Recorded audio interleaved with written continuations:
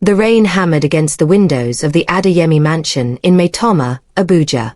Inside the master bedroom, Chief Richard Adeyemi lay dying beneath expensive sheets, his breathing shallow through an oxygen mask. His eyes locked onto the young woman beside his bed. Chioma Okafor, the housemaid, wasn't supposed to be there at midnight. But Rick had pressed the call button 14 times until she came. His bony fingers gripped hers with surprising strength. He pulled a rusted locket from beneath his pillow and pressed it into her palm. "Don't let them bury the truth with me," he whispered, each word costing him breath. "Find her. She deserves to know." Before Chioma could ask who, the door burst open. Voices shouted. Security dragged her backward. The locket burned in her clenched fist. Across the chaos, Rick's eyes held hers. Not with fear. With hope. Why would a billionaire trust his housemaid with a secret powerful enough to change everything? Before we go any further, let us know in the comments where you're watching from. We'd love to hear from you. And if you're new here, click on the subscribe button so you never miss any of our upcoming videos. The Adeyemi mansion was a fortress of wealth built on oil contracts and real estate from Lagos to Houston. But money couldn't buy peace. Not since Rick's illness turned terminal and the vultures started circling. Chioma had worked there for 18 months, arriving at dawn, leaving after dark. She moved through that house like a shadow, seen but never noticed. That was the way of domestic work.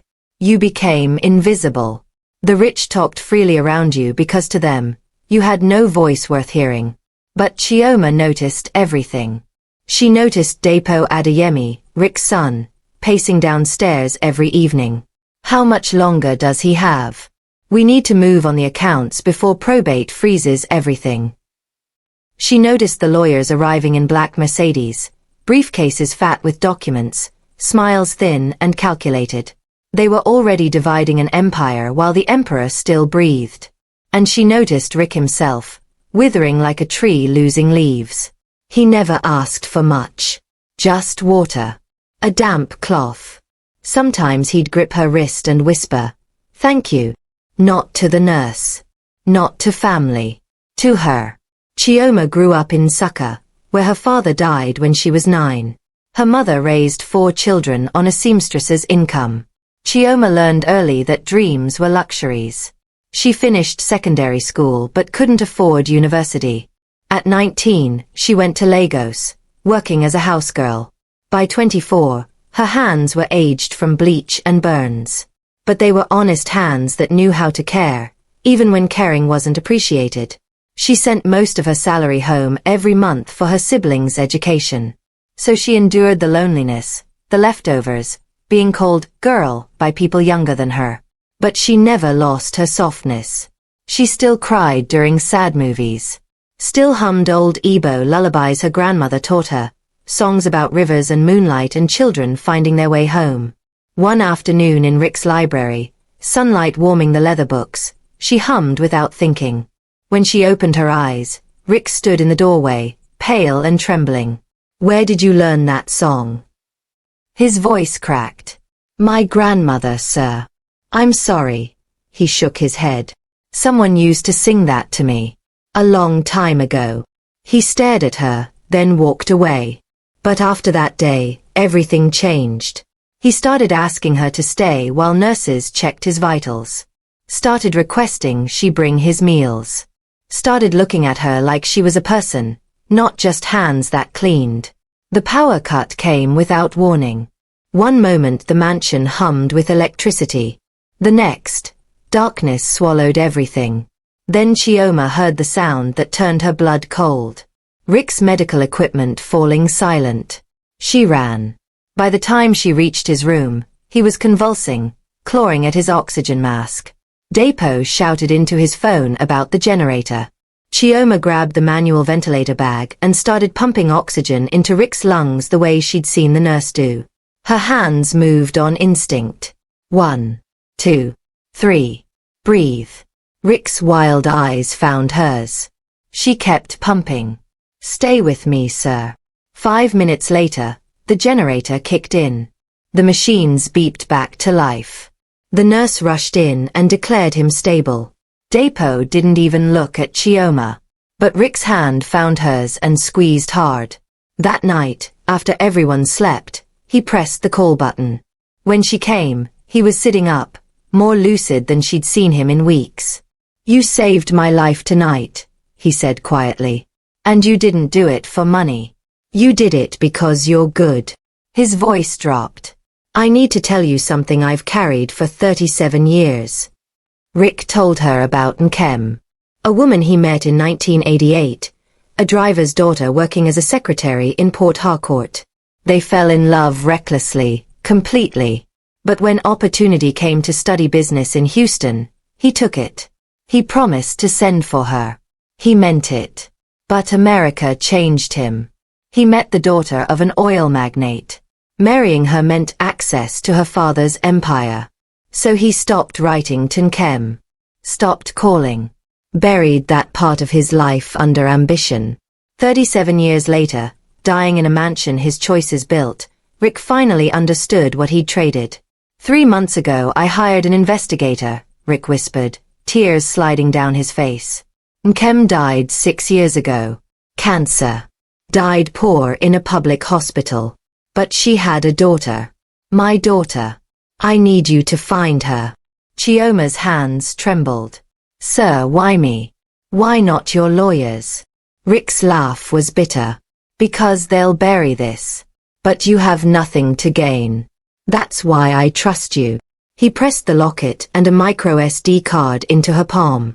"Everything she needs to know is in here. Find her. Chioma. Give her what I should have given her mother." The next morning, Dapo cornered her in the hallway. His smile was sharp as a blade.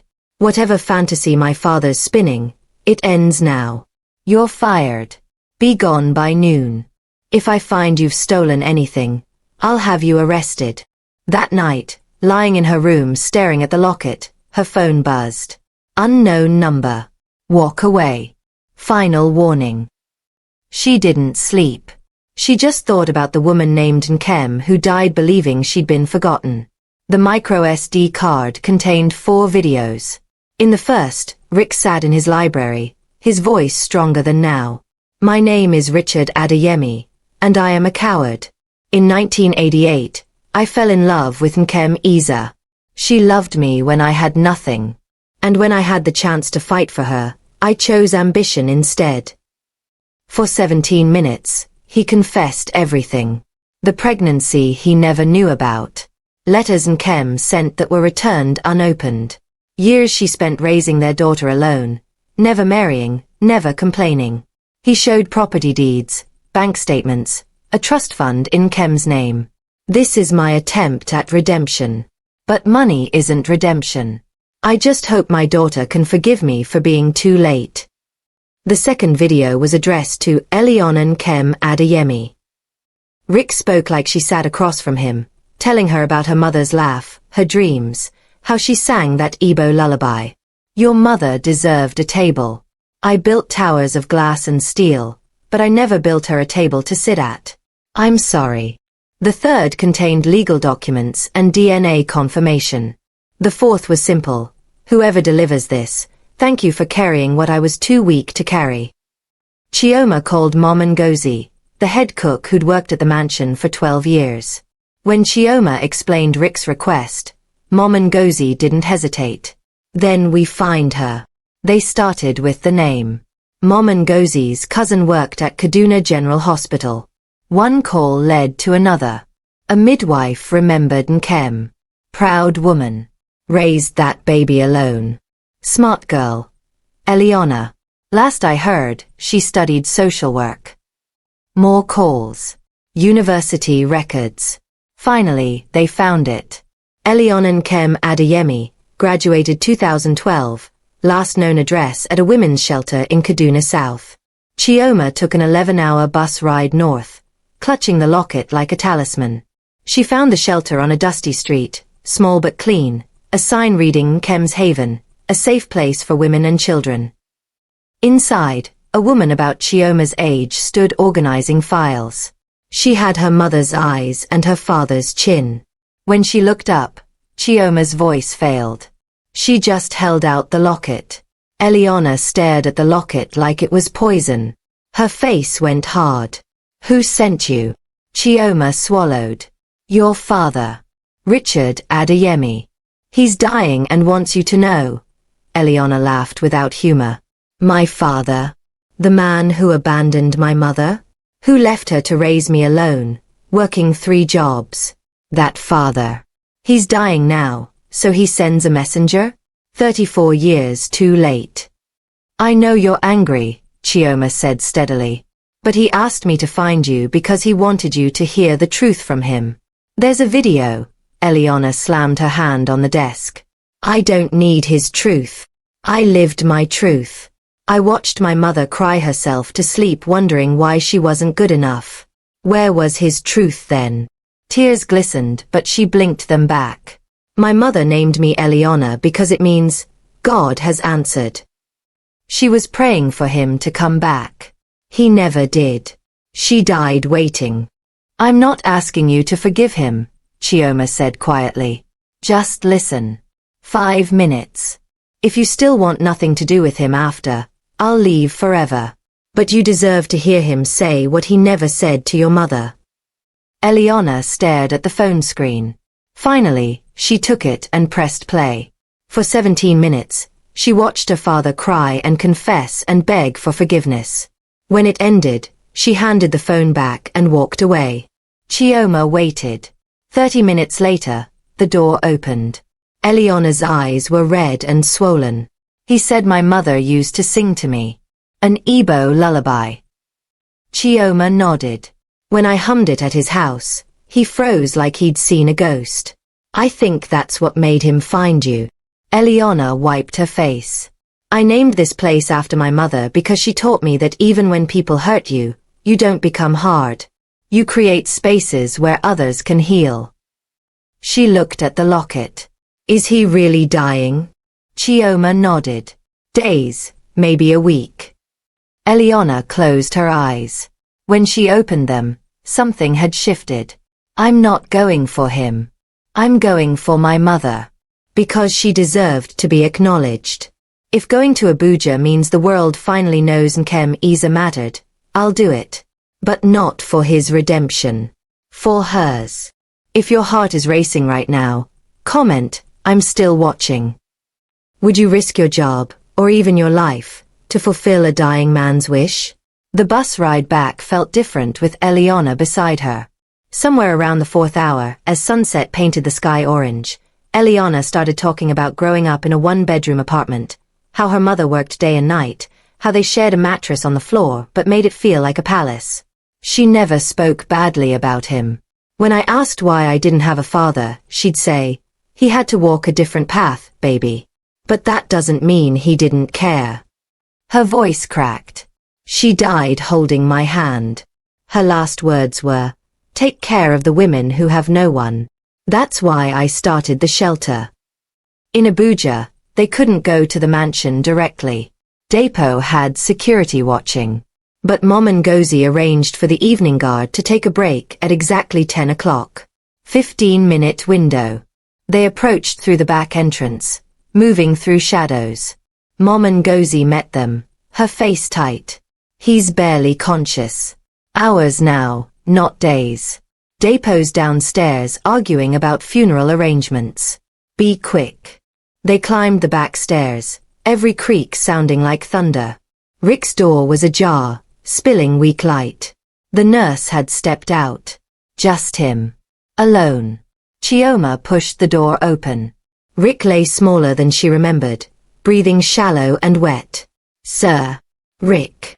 His eyes fluttered open, found her face. A ghost of a smile touched his lips. You came back. Chioma stepped aside, revealing Elelliana. Rick's breath caught. Tears filled his eyes. Nkem. Elelliana stepped forward. No. I'm her daughter. I'm Elelliana. Rick's face crumpled. His hand reached out, trembling. Elelliana hesitated. Decades of abandonment fighting human compassion. Finally, she took his hand. Rick's fingers closed around hers. You have her eyes. I dreamed about those eyes for 37 years. His breathing hitched. I'm sorry. God, I'm so sorry. I was a coward. Your mother deserved everything, and I gave her nothing. Elelliana's composure cracked. She raised me to be strong, to forgive. But I don't know if I can forgive you. Rick nodded, more tears falling. You shouldn't. But thank you for being here. For letting me see you. He looked at Chioma, gratitude flooding his dying eyes. You kept your promise. You're better than I ever was. Back to Elelliana. I left you everything I should have given your mother. But money isn't redemption. I just needed you to know you mattered. She mattered. I thought about her every day and hated myself for being too weak. His breathing became labored. Elelliana leaned closer. She sang to me every night. That lullaby about coming home. She said it was a promise. That we could always find our way back to love. Rick smiled through tears. She was always wiser than me. His eyes began to close. Tell her I'm sorry. When you see her, tell her I never stopped loving her. I will, Elelliana promised. Rick's hand loosened. His breathing slowed. There, in that quiet room with two women who'd carried his truth, Richard Adeyemi died. Not alone. Not unforgiven, but acknowledged. Witnessed. And for a man who'd spent his life building monuments to himself, it was the most human moment he'd ever had. Depo found them 10 minutes later. He burst through the door with security, face purple with rage. What the hell is this? Who is she? This is trespassing. Elder abuse. He looked at his father's still form, and something flickered across his face. Not grief. Calculation. Did you force him to change his will? I'll have you both arrested. Elelliana stood slowly, facing him with calm that made his fury seem small. My name is Elelliana Nkem Adeyemi, Richard Adeyemi's daughter. Your half-sister. I didn't come for money. I came because this woman had the courage to deliver a dying man's message. Depo went from purple to white. That's impossible. This is a scam. But Mrs. Fallard, Rick's longtime lawyer, arrived within minutes. Silver-haired and sharp-eyed, she swept in, assessed the scene, and held up a hand. Everyone stop. Depo, be quiet for 5 minutes. She turned to Elelliana. You're Nkem's daughter. Not a question. Elelliana nodded. Mrs. Fallard's face softened. He told me 3 months ago. Asked me to prepare documents. I have DNA confirmation, trust agreements, everything legally binding. She looked at Depo. Your father did have another daughter. He made provisions. But this doesn't diminish your inheritance. This is from unallocated assets. Depo looked struck. Why didn't he tell me? Mrs. Fallard's expression was gentle but firm. Because he was ashamed. Because he knew you'd react exactly like this. And because he wanted to do this one thing right. She turned to Chioma. And you must be the young woman he spoke about. The one he trusted. Chioma nodded. Exhausted. Mrs. Fallard smiled. He said you were the only person who cared about him as a human being, not a bank account. He was right. The news spread fast. By morning, the media had the story. Depo tried to deny everything, but Chioma made a choice. She released the video. Rick's confession went viral. People cried watching him break down, admitting his cowardice. Comments filled with stories from others who'd been abandoned. It became bigger than Rick. It became about all the truths people bury. Public opinion turned against Depo.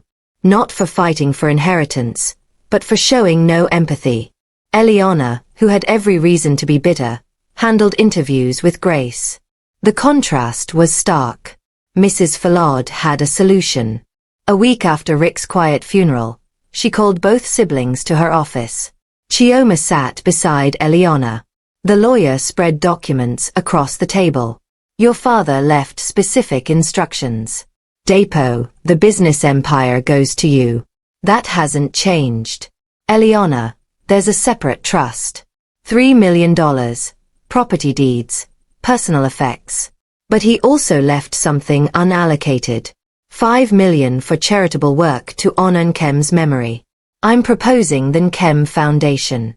To support single mothers, provide education for children from broken homes, offer counseling for abandoned families. Elelliana was quiet for a long time. I'll do it on one condition. She has to direct it. Chioma. Chioma's eyes went wide. What? No, I'm not qualified. Elelliana turned to her. You carried a dying man's secret across state lines with nothing to gain. You found me when no one else would try. You risked everything because you believed people deserved truth. That's exactly who should run this. She took Chioma's hand. You served unseen your whole life. It's time you were seen. Depo looked at Chioma without contempt for the first time. Just weariness. My father saw something in you I didn't. Maybe it's time I stopped fighting that. He looked at Elelliana. I don't know if we'll ever be close. But I can honor what he was trying to do. I can help fund this foundation. It wasn't reconciliation. But it was a beginning. 6 months later, the Nkem Foundation opened in Kaduna. Clean, safe, filled with light. Above the entrance, a bronze plaque read, For Nkem Isa, who carried grace through hardship, and for those who serve unseen. Opening day was quiet. No politicians. No media circus. Just people who understood invisibility. Elelliana stood at the podium. Before we begin, I want to read something my mother wrote when I was born. She unfolded yellowed paper. My dear Elelliana, you came during a rainstorm. But I wasn't afraid because you were going to bring life even when everything feels like drowning. Your father couldn't be here. That's a wound I can't heal. But I want you to know his absence doesn't define your worth. Forgive so your heart can breathe again. The courtyard was silent except for quiet weeping. My mother taught me we can't control how people treat us, but we can control what we build from broken pieces. She looked at Chioma. This woman taught me that strangers carry your redemption when family won't. She had no obligation. No reason to risk everything. But she did because she's good. Chioma will direct this foundation. Not because she asked, but because she's exactly who should be trusted with helping others. She knows what it costs to be kind when the world doesn't reward kindness. Then Depo stepped forward from the back. The crowd quieted. I don't have prepared remarks. My father and I barely spoke his final years. I was too busy managing businesses to remember he was a person. He looked at Elelliana. You said you don't know if we'll ever be close. That's fair. But I want to try. He pulled out an envelope. This is a personal donation. Not from the estate. From me. 5 years of funding. He handed it to Chioma. My father was flawed. But in his final act, he tried to do right. He trusted a housemaid because she was the only person with a soul untainted by money. You made me see my father as a man, not a bank account. Thank you. The foundation grew. More buildings. More programs. More women and children finding safety. Chioma proved to be a natural leader because she listened. She remembered what invisibility felt like, so she made sure everyone was seen. A year later, she made a decision about the locket. She commissioned a glass case for the entrance hall. Inside, she placed the locket open so both sides showed. On one side, Nkem's faded photograph.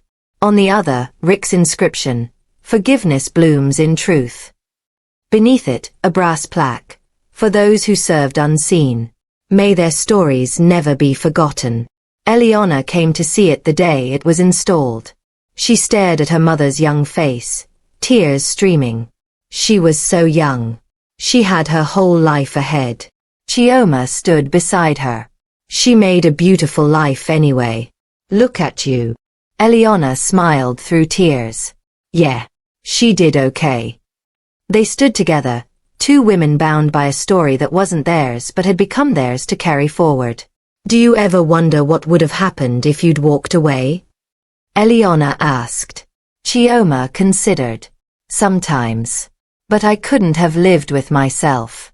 Some promises are too important to break. 3 years after Rick's death, they organized a small memorial at the foundation. Mama Ngozi came. Mrs. Falad brought flowers. Dapo brought his 10-year-old son. Wanting him to understand his grandfather was complicated but tried. As the sun set, painting everything gold, Elelliana spoke first. 3 years ago, I didn't know this man existed. Chioma gave me closure. Not forgiveness. Just closure. The ability to see him as human. Flawed and frightened and carrying regrets that killed him. I'm grateful I got to see him trying to be brave in his final moments. Chioma spoke next. My grandmother used to say the most important stories are the ones that almost never get told. The quiet stories. The uncomfortable ones without neat endings. She looked at the gathered faces. A rich man abandoned a poor woman and their child. That's wrong. But decades later, he tried to make it right. That doesn't erase the harm. But it matters.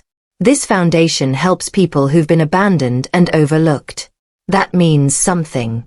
She continued, I think about that night a lot. The rain. How scared Rick was that truth would die with him. He could have used lawyers. Anonymous trusts.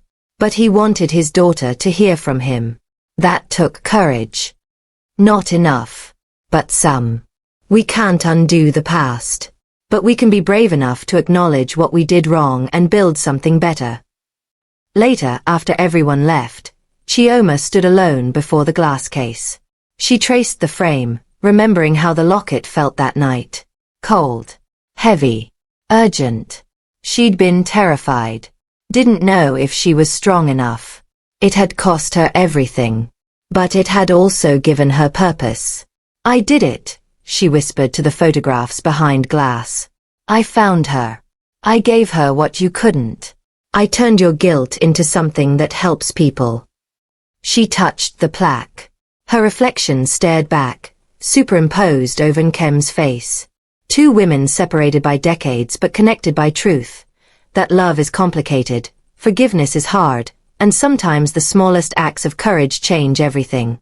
The foundation continued long after.